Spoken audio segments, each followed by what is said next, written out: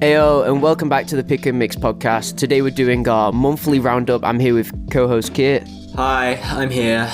And we have some tracks to talk about this month. There's a lot.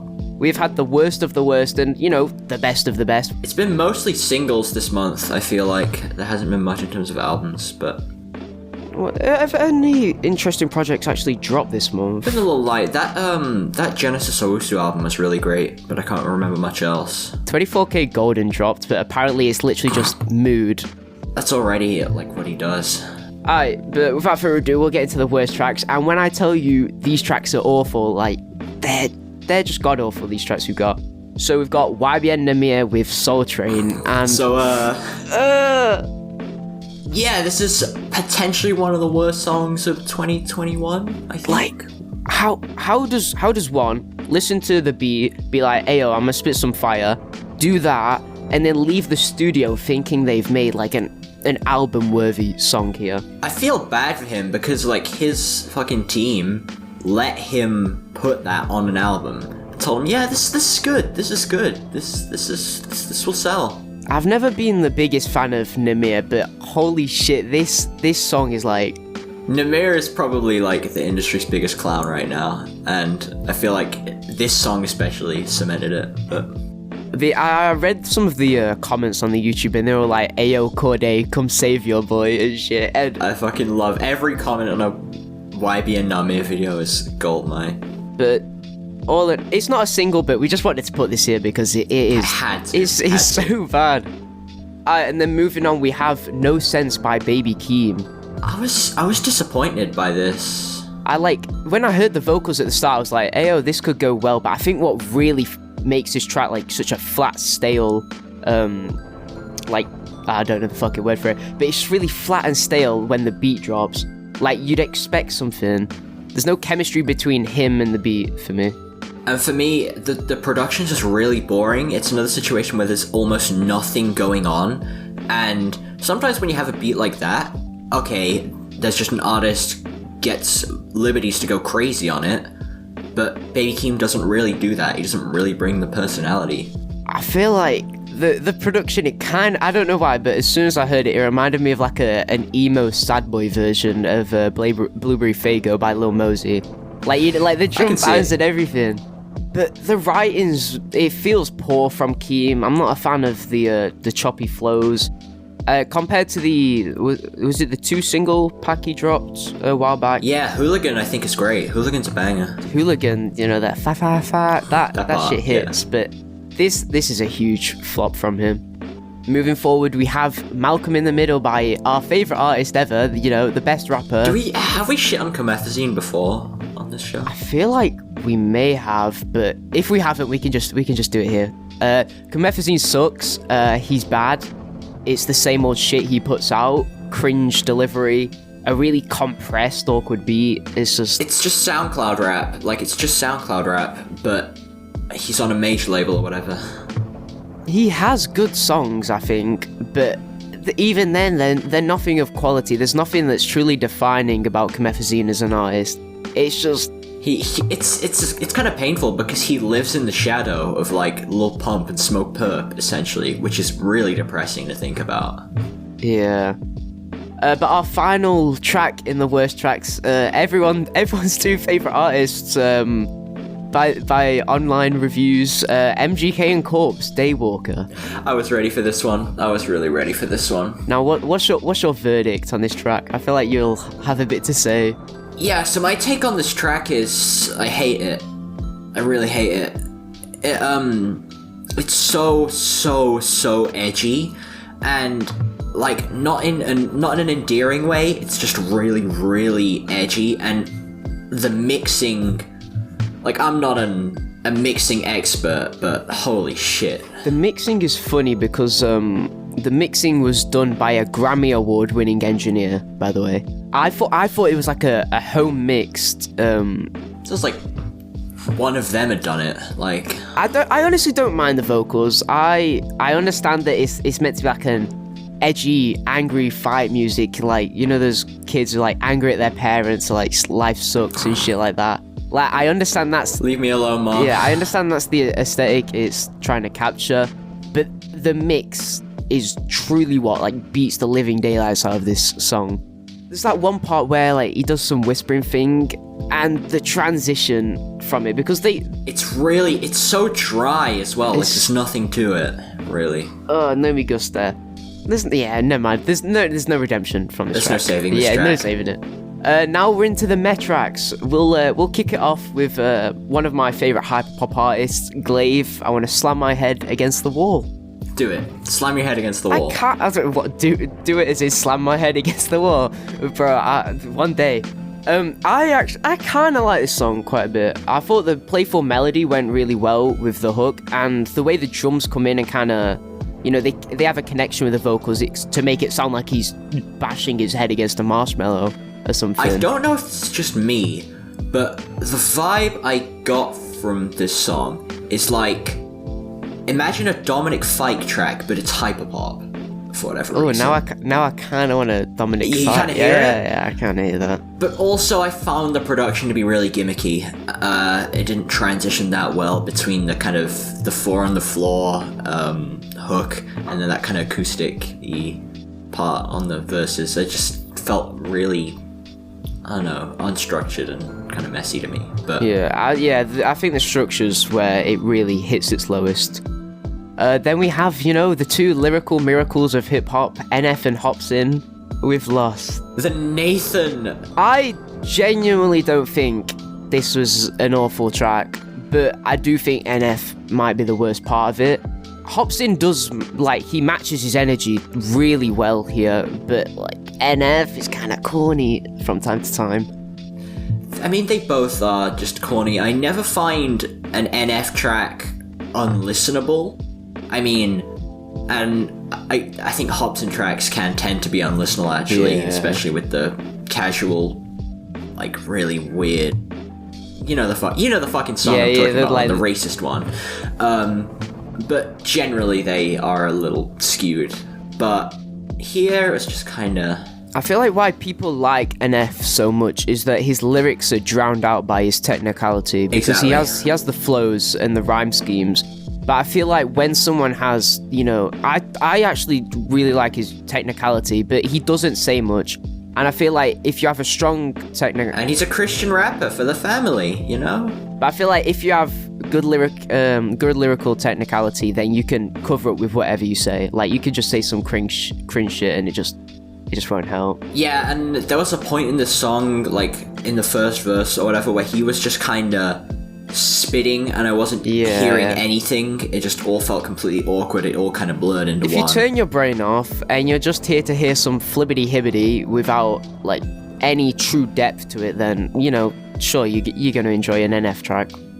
And it's funny because, again, you know, the Nathans kind of feel like this is the deep hip-hop, you know, the real lyrical hip-hop, whereas it's not really. Then we have a more underground hyperpop artist, CMTEN, with a new track, Bored. I think the only recognisable track they actually have out is that Never Met with remix. Glitch Gum. And I didn't like the Gex remix of that, not gonna lie, but we'll not talk about that. Now, this new track kind of takes less of a hyperpop direction, and I genuinely don't think it's a hugely fitting style for them. I don't think his vocals are bad on it, but... Again, maybe these are just weird connections my brain is making, but it kind of reminds me of, like, Drugs You Should Try It by Travis Scott. But, yeah, actually. Again, less of a hyperpop direction, more, I guess, hyperpop-ish, but still straying away from his usual hyperpop It just feels very bland. It feels like there's nothing that jumps out of me, which is something No, and I felt that riff was a little repetitive. Not a huge fan of the production either. The final track we have in our mess section, you know, big YouTube rapper KSI with British singer YUNGBLUD and American rapper Polo G with Patience. Now, this song was literally YUNGBLUD featuring KSI and Polo G, let's be honest. Essentially. And for me, I mean, while you might say he was the better vocalist on the track, I still think he kind of ruined the song for me, because the hook was over long. Like, the hook was most of the song. I wish Polo G had more presence on it. the verses just felt like they don't hit hard at all, and then the hook comes in, and it just kind of meanders for way too long. Now, comparing this to my criticism of Daywalker, I think the mix is what just leaves KSI for dead on this track, because they dropped an acoustic version. I don't know if you've seen that, but they use his same first verse or second verse for the second. I think it's his first verse as a second verse, and they've got all those annoying mix effects off, and his singing is actually like, you can cope with it. It's somewhat decent, but like on this, I think the mix just doesn't help. Or maybe it might be his choice of how to sing it, because for me it's a very whiny, you know, like kind of cryy tone. It's a weird track generally. Yeah, honestly. I'm not a huge fan of where KSI is going. I know he wants to become mainstream. He wants to make pop music. Yeah, and you know, credit to him. It is kind of catchy, but then again, catchiness does not equivalent to quality, as we've seen by Yummy by Justin Bieber is a prime example. Don't remind me that song exists. Fuck off. Now we're getting to the picks of the mix, and the best tracks we've had this month have like they're up there. The best tracks have been great. Like we've been gifted, but then we've had those flops. The shitters. We'll kick it off with big old Brockhampton and Danny Brown BUZZCUT, because, you know, we're on the Brockhampton train. This is so good. It's everything I could have asked for. Holy shit. I honestly think, right, if I keep listening to this track, it could be a top 10 Brockhampton song, which it sounds like a wild take, I know. I want to listen to the rest of Roadrunner first. There's something about this that really stands out. I feel like Ginger, I wasn't a huge fan of Ginger. I'm a big Ginger stan. I'm a Ginger advocate. I prefer Iridescence and Ginger to the Saturation trilogy in general, but I suppose I do think they are generally one of the most consistent artists. When I say I don't like Ginger, I mean I don't love it, but there are some respectable aspects on the project, like Dearly Departed, of course. I've literally got that in my top 5 Brockhampton songs.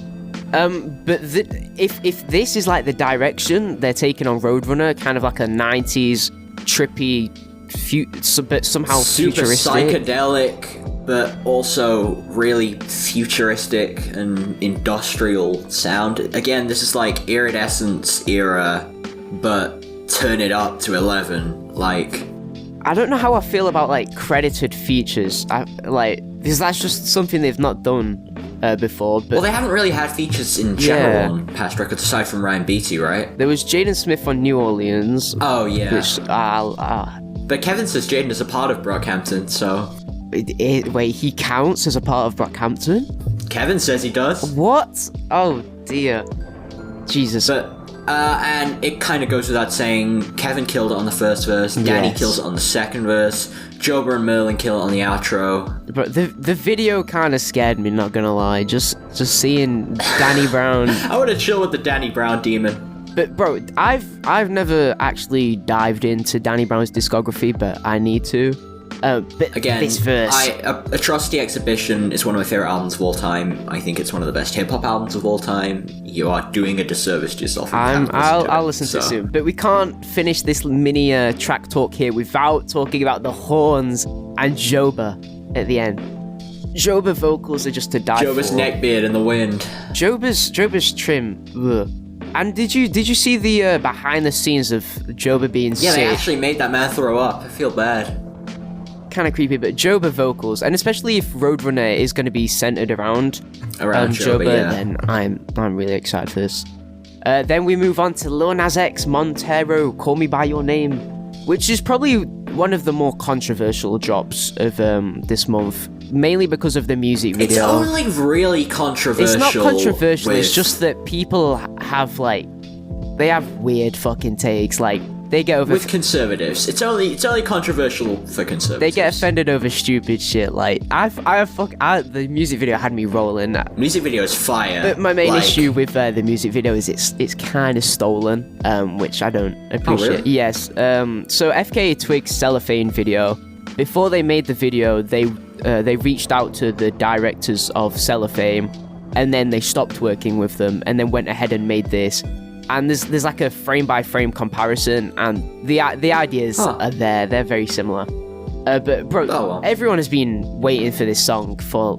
Has it been a year? I knew this was gonna be a hit the moment we heard that snippet. Yeah, this snippet. That's gotta go down as one of the best snippets, honestly, like ever. The vocals on the fucking verses and the I want to say Latin inspired guitar melody. It's really Latin pop inspired. I love the track. It's gonna be on loop for a bit.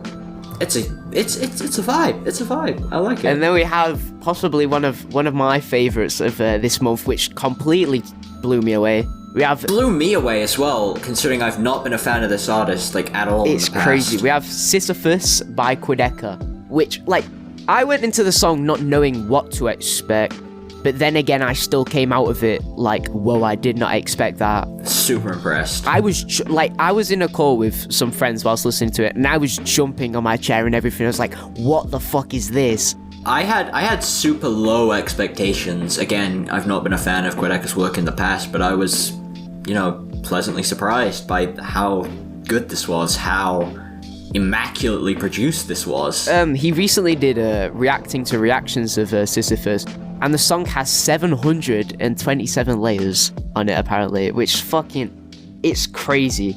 If I were to compare this to the rest of his discography, like if someone said Sisyphus or Quideca's whole discography, I would happily get rid of every other Quideca song if it meant I could just sit with this song. I agree. It literally shits on everything else he's done. And I think if you listen to each album he's put out, like the quality defo goes up by miles each one. Like, what was his first project? I don't know his first project, but it had a Wii song on it. I'm not familiar with his back catalogue, but bro, the production on this is great. The word choices, the writing, fucking hits, and the hook. Oh, the hook is great. The hook is really great, and the outro as well. We can't talk about the outro. Oh, the outro hurts my brain. It's too good. The fucking live drums, they're just so chaotic, but it's chaotic to a point where it's just admirable. It's awesome. It's awesome. And then we have Dominic, Fike, and Paul McCartney on The Kiss of Venus. This was a surprising collaboration. This is not... Yeah, I didn't see this coming, but you heard he has also versions of songs coming out with Phoebe Bridgers and Anderson .Paak. So this, I feel like it's some Beatles type production, which is what I love about it. And I love how Dominic Fike, he blends so well. He kills it. And I saw reviews saying the chorus has annoying vocals. Huh? The vocals are best part. I don't see that. Fucking crazy track. I love it. Then we have Remi Wolf and Dominic Fike once again. Oh, Dominic Fike with again. Photo ID. Man's killing it. The hook is too catchy. It's incriminating. The hook is amazing. Dominic's verse, I think, has to be one of his best verses in general. I think we have to admire how good Dominic Fike is doing with these features this year. How many? I think he's had 3. He's had 3 features, and they've all been amazing, from what I know. So hopefully, if he does drop something from his in his solo discography, it won't be as. It'll not be disappointing. We want some demos type shit. The demos is where it's hidden. And then we're down to our final 2. Are we? We're down to our final 3. I can't read. I'm blind. I don't deserve to read this out. We have Chance the Rapper, The Heart and Tongue, which it was phenomenal for me. I was taken aback by I think it's The Return. It is The Return, not The Return by Chance the Rapper, because that's a kind of mid song, but the old school Chance vibes. There's kind of corny lyrics implemented here and there, but it's not in a bad way. Corny to a point where punchlines here, unlike on the big day, that actually land. You're gonna die of Phoenix. Die of Jesus. That shit just stick. It's a great fucking song, and if he's dropping a project with these kind of vibes, then I am 110% here for it. Because he's played a variety of snippets on his Twitter and Instagram. I don't know if he's dropping them, but I think he'll want to drop an album as soon as he can, considering how much people hate the big day. But yeah, everyone love this. Now we're on to our final 2 of the picks of the mix. we have British boy AJ Tracy with Anxious. Shout out to British people, am I right?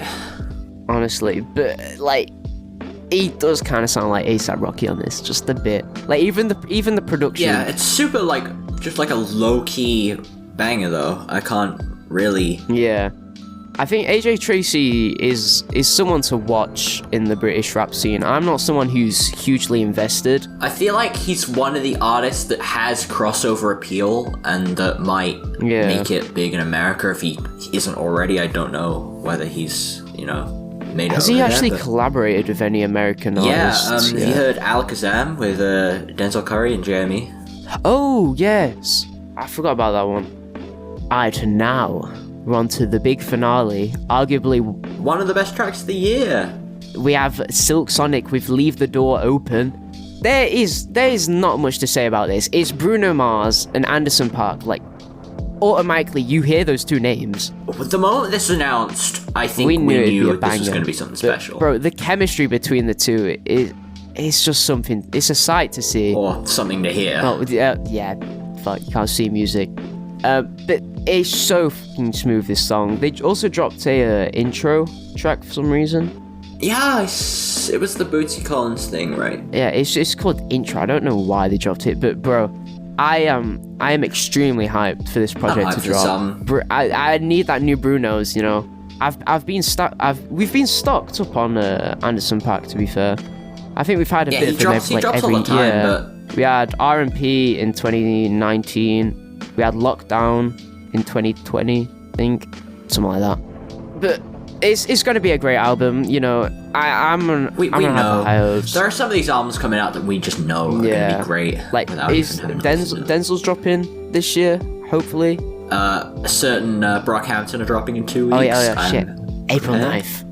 But yeah, that's been our pick and mix. Now, before we close this up, I'm just going to explain the reviews. So we only dropped a review this month, like one review, because there wasn't many interesting drops. It was really dry month. I was going to do like a review of an old album, but I just didn't get around to it. It's hard. But next month we've got plans. I'll be reviewing Roadrunner New Light New Machine. Yeah, he gets to review the interesting shit here. He gets to give the better opinions. But anyway, if you've made it this far, thank you. And before we end, I do want to shout out 2 more tracks that we didn't get around to like putting in the roundup, just because they're more my weird shit. Yeah. But, I got that basic bitch taste.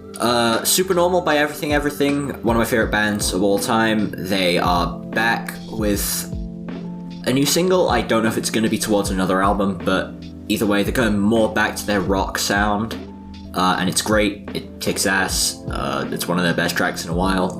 And also, Paddling by Squid, who I believe... we've talked about Silk Sonic and Roadrunner New Light New Machine. I think Squid have a really high chance of dropping Album of the Year, because this single is amazing. It's not quite as good as their first single, but that's, one of my favorite singles of the year in general. Has a great build to it. It's ambitious. It's climactic. I don't know. I love it. It's a great song. I feel like this should just be a segment at the end of the roundup now, where just me rambling about just you with your extra music. Tracks, because you give the better worded, more articulated opinions here. That black MIDI shit as well. Just the UK weird underground UK post-punk bands give me life. Alright, well, we're going to wrap it up here. If you did make it this far, make sure to follow us on Instagram and Twitter at the Pick Mix Podcast. Make sure to follow the podcast on Spotify, Apple Music, any podcast place. I don't have the specifics. If you're watching on the YouTube channel, hello, you've been staring at us for a while. But yeah, until the next time, adios.